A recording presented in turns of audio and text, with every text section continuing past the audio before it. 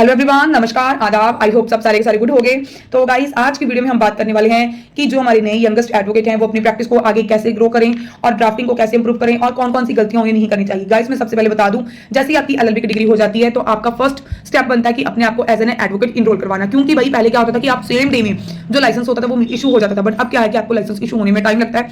आपको क्या करना पड़ता है कि आपको पहले अप्लाई करना पड़ता है, देन 1 मंथ के अंदर, जब 1.5 मंथ के अंदर आपको लाइसेंस मिलता है तो आप लाइसेंस अप्लाई कर दीजिए। ठीक है, उसके बाद डिस्ट्रिक्ट कोर्ट में अपने आप को इनरोल करवा लीजिए साथ में। और साथ में जिस दिन से आप कोर्ट जाना स्टार्ट कर देते हो ना गाइस, 1-2 हफ्ता आप जाइए, जब 1 मंथ, उसके बाद अपने अपने सीनियर को एक रिक्वेस्ट कर दीजिए। कई बार हमने देखा कि डिस्ट्रिक्ट कोर्ट में बहुत काम होता है, जैसे कि कुछ डिस्ट्रिक्ट ऐसे होते हैं जहां पर 40-50 कोर्ट होती हैं। ठीक है, 4-4 5-5 मंजिलें घूमकर जाना पड़ता है। तो गाइस, वहां पर क्या आपके पास अपॉर्चुनिटी होती है, चाहे आपका जो सीनियर है आपको प्रॉपर वे में आपको अपॉर्चुनिटी नहीं देंगे, बट जितनी भी आपको चांस मिल रहा है आप उसी में से अपने आप को इंप्रूव करने का ट्राई करो। कैसे, ये देखो, आपको क्या करना है कि जब भी आप कोर्ट में जा रहे हो अपने सीनियर के साथ, ठीक है, 1 हफ्ता या 2 हफ्ता या 3 हफ्ता सीनियर के साथ जाओ, आपको पता चल जाएगा कौन सी कोर्ट कहां पर है, कौन से जज कौन सी कोर्ट में बैठा है, आपको आइडिया हो गया। फिर मैं नहीं बोलूंगी कि आप वकील साहब के पीछे पीछे पीछे पीछे घूमो, नहीं, आपको खुद जाना है। ठीक है, वकील साहब से परमिशन ले लीजिए कि सर मैं खुद जा सकता हूं। ठीक है, हाँ, जहां पर मुझे आपकी जरूरत पड़ेगी मैं आपको बुला लूंगा। ठीक है, तो फिर आप ये भी श्योरिटी रखो, उनको दे दो श्योरिटी, और अपने माइंड में ये भी अपने आप को सिक्योर करने के लिए ये भी रखो कि हाँ, मुझे उन्होंने चांस दिया तो मेरी वजह से उनका केस खराब भी नहीं होना चाहिए। ठीक है, इसके लिए क्या करना है कि जो नई यंगस्टरों को मैं देखती हूँ ना, बहुत ये चीज उन्होंने है ही नहीं, बहुत बार मैंने ऑब्जर्व किया है। आपको क्या करना है कि आप जैसे ही अपने वकील साहब के साथ गए, हफ्ता 10 दिन 15 दिन 1 महीना हो गया, उसके बाद काम खुद करना शुरू कर दो। परमिशन मिल गई, जो भी उनकी डायरी है, कई बार मैंने ऐसे भी देखा है कि कुछ वकील साहब ऐसे होते हैं जिनके 100 केस डेली लिस्टेड होते हैं वकील साहब के। ठीक है, उसके लिए क्या करना होता है कि आपको जो फ्लोर मिल गई, सर को बोलो कि सर प्लीज मुझे एक फ्लोर प्लीज दे दीजिए, कोई एक floor, ground floor, first floor या सेकंड, कोई एक फ्लोर दे दीजिए। ये नहीं कि आपको दूसरी फ्लोर पर काम नहीं करना, नहीं, आप दूसरी फ्लोर का भी करो, बट उस फ्लोर का काम अपनी हेड के ऊपर पूरा अपने आप को उसमें इन्वॉल्वमेंट कर दो कि हाँ, ये फ्लोर का काम मेरा है तो मैं नहीं करना है। तो क्लर्क की भी साथ साथ में भी टाई अप रखो, क्लर्क के साथ भी। क्लर्क को बहुत, मुंशी को बहुत नॉलेज होती है, मुंशियों को बहुत नॉलेज होती है, बस ये होता है कि उनके पास सिर्फ एक डिग्री नहीं होती। ठीक है, तो सेकंड चीज ये है कि जैसे ही आपने क्या करना है, जब आप जा रहे हो डेली, ठीक है, इवनिंग में जैसे हम घर जाते हैं, सारा दिन हो गया, एक पेपर ले लो या एक डायरी लगा लो, उसके ऊपर अपने डेली के केस नोट करते जाओ जिस फ्लोर के आपके हैं। ठीक है, फिर उसकी सर्टिफाइड कॉपी अप्लाई कैसे करनी है, चाहे आपको मुंशी उसमें से पैसे दे रहा है चाहे नहीं दे रहा है, बट आपको आइडिया हो जाएगा कि आप एक दिन में भी कॉपी कैसे निकलवानी है। ठीक है, कई बार क्या होता है कि अर्जेंट में कुछ हमें कॉपीज चाहिए होती है, डिस्ट्रिक्ट कोर्ट में ऐसा हो जाता है भाई, आप सेम डे भी निकलवा सकते हो, बट उसमें बहुत एफर्ट्स लगते हैं। मोस्टली बहुत कम केसेस में होता है कि जब हमें अर्जेंट चाहिए, अदरवाइज 10-15 दिन से ज्यादा टाइम भी लग जाता है। ठीक है, सर्टिफिकेट कॉपी निकालने में। फिर सेकंड चीज क्या है कि आपको ये भी देखना होता है कि हाँ, किसी केस में कोई केस होगा आप पेरेंट्स के ऊपर, कोई रिटर्न स्टेटमेंट के ऊपर, किसी में एप्लीकेशन लेना है, इससे क्या होगा, कंसिडरेशन होगी स्टे एप्लीकेशन के ऊपर। ठीक है, किसी पर क्रॉस होगा, किसी में आपको एफिडेविट टेंडर करना है, किसी में 13B की स्टेटमेंट करवानी है। ये क्या है आपको पता चलेगा जब आप खुद इंडिपेंडेंट कोर्ट में जाते हो, आपको प्रोसीडिंग से आप गो थ्रू होते हो कि हाँ, आपको कैसे करना है। क्योंकि कल को जब आप इंडिपेंडेंट लॉयर बनोगे, इंडिपेंडेंट आप काम स्टार्ट करोगे, आपके साथ कोई मुंशी, आपका कोई भी कलीग आपके साथ एकदम से आपके साथ नहीं चलेगा, आपको खुद चलना है स्टार्टिंग में। ठीक है, तो इससे क्या है, आप खुद सारे काम खुद करो।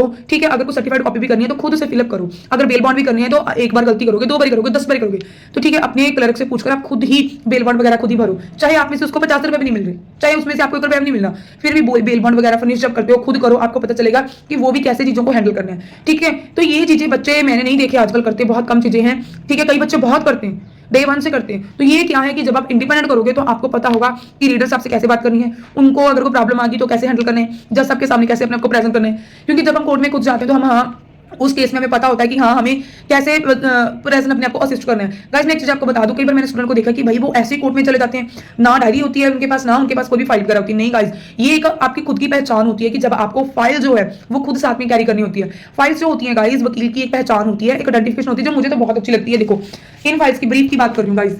ठीक है, एक वकील के ब्रीफ्स होते हैं ना, ये देखो, ठीक, तो मैं इनकी बात कर रही हूँ। तो भाई ये एक वकील की पहचान होती है, एक तो यूनिफॉर्म होगी, सेकंड हमारी फाइल्स। तो आप फाइल साथ लेकर जाओ, जब भी आपको चांस मिलता है। आप किसी, मान लो आपके पास 10 केस है, 20 केस है, ठीक है, आप 20 आप गए 10 कोर्टों में, 10 कोर्टों में गाइस आपके कितने केस लगे, मान लो आपके 2-2 4-4 केस लगे, किसी में एक भी लगा, मान लो आपकी 10-12 फाइल है। ठीक है गाइस, 12 फाइल में से कोई एक फाइल डेली पढ़ लो, स्टार्ट कर दो, कोई एक फाइल पढ़नी, आपकी जो लीगल वर्ड है वो माइंड में आने स्टार्ट हो जाएंगे, और आपको धीरे धीरे पता चलता जाएगा कि हाँ, वो इसमें काम कैसे करना है, और चीजों में आपका इंटरेस्ट भी बनता रहेगा किसी में। फिर आपके पास जब कल आप अपने आप खुद काम करोगे तो आपको आइडिया होगा, वो एक्सपीरियंस होगा कि मैंने अपने सीनियर के काम में ये करके ऐसे काम करवाया था। ये नहीं है कि आपको सीनियर को बताना नहीं, जब क्रॉस वगैरह होता है आप उनसे पहले जाकर बैठ जाइए। ठीक है, फिर आप दूसरे पार्टी की वेट करो, जब दूसरे वकील साहब की वेट करोगे, जैसे कि हम मान लो पिटिशनर की तरफ से हैं, हमारा पार्टी का क्रॉस हो रहा है, तो आप पार्टी को लेकर बैठ जाओ। जब भी यहाँ की पार्टी क्या बोलती है कि हम सीनियर के बिना क्रॉस नहीं स्टार्ट करवाएंगे, आप बैठ जाओ पार्टी को लेकर, ठीक है, कोर्ट में जाओ और साथ में उसमें फाइल, आपको देखो फाइल पढ़ने का चांस मिल गया, ठीक है, फाइल पढ़ रही हो, क्योंकि क्वेश्चनिंग तो दूसरा वकील करेगा, आपका जो क्लाइंट होगा वो तो जस्ट आंसर देगा, ठीक है। जहां पर आप अगर आपने फाइल पढ़ी नहीं होगी तो आप ऑब्जेक्शन भी नहीं कर सकते, अगर आपने फाइल पढ़ी होगी आप ऑब्जेक्शन कर सकते हो। फाइल पढ़ लो फटाफट से, चाहे सीनियर आपके साथ हो, आप फाइल पढ़ लो फटाफट से। तो जैसे ही ऑपोजिट काउंसिल आ जाते हैं तो गाइस आप फिर उसमें क्या है कि उनके साथ बैठकर आप देख सकते हो कि सर कैसे ऑब्जेक्शन ले रहे हैं, किस पॉइंट के ऊपर ऑब्जेक्शन ले रहे हैं। आपको छोटी छोटी चीजों से बहुत पता चलता है, बट ये आपको कोई हाथ पकड़ कर नहीं सिखाएगा राजे। जो चीजें आपको सीखनी है वो आपको खुद सीखनी है। बीइंग अ एडवोकेट मैं आपको बता रही हूँ कि भाई अगर आपको करना है, ड्रीम आपका है, एफर्ट्स भी आपको लगाने पड़ेंगे। कोई आपकी हेल्प नहीं करेगा हाथ पकड़ के आओ भी मैं आपको करवा दूं, नहीं, ठीक है। तो नेक्स्ट वीडियो में हम बात करेंगे ड्राफ्टिंग को लेकर, जो मैंने फॉर्मूले यूज किए हैं मैं वो आपको बता रही हूँ, ठीक है। मैंने भी यही काम करती थी कि हाँ अपनी डायरी मैंने खुद लगाई थी, डायरी खुद मेंटेन करती थी, खुद सर के केसेस में ऐसे अपेयर होते थे जैसे मेरे खुद के हों। मुझे बहुत बार लोग बोलते थे मैम इंडिपेंडेंट करती हूँ, नहीं मैं बोलती सर के साथ ही करती हूँ, सर के अंडर प्रैक्टिस करती हूँ। और बीच बीच में भाई मुझे अपने केसेस आते थे तो मैं उन्हें खुद ही हैंडल कर लेती थी। मैंने कभी नहीं किसी को बोला कि हाँ ठीक है नहीं ऐसे नहीं वैसे नहीं। नो डाउट मेरी बहुत सारों ने हेल्प की है, हम हेल्प ले लेते हैं अपने भाई बहन से, बट जब आप खुद करना शुरू करोगे काम आप तब सीखोगे जब आप मान लो कि आपने किसी को बोल दिया कि हाँ भाई वकील साहब आप इस केस में मेरी हेल्प कर दो, वो वकील साहब ठीक है मैम इसमें आपको 50% दे दूंगा, जैसे सर आपको इसमें 50% दूंगा मैं कर लूंगा। आप 50% के ऊपर मत जाओ। मैं कई बार बोलती हूँ कि मैं 50% शेयर भी नहीं कर सकती मैं, क्योंकि मुझे भी मेरी पर्सनल नेसेसिटी बहुत है, ठीक है। मुझे काम नहीं शेयर करना, मुझे खुद सीखना है, खुद करना है। ये चीज माइंड में यहाँ पर बिठा लो, ठीक है। हमारे पीछे कोई बैकबोन नहीं है कि जो हमें सिखाएंगे, हमें गिरना है, खुद उठना है। मेरी जो सभी नई यंगस्टर एडवोकेट है, मुझे मेरी सबको रिक्वेस्ट है कि अपना काम खुद करो, अपना काम खुद करो। ये मत सोचो, कई बच्चे क्या बोलते हैं करेंगे बट पहले हम सीख ले। भाई करोगे तो सीखोगे, गिरोगे तो उठोगे, जब आप गिरोगे नहीं तो उठोगे कैसे?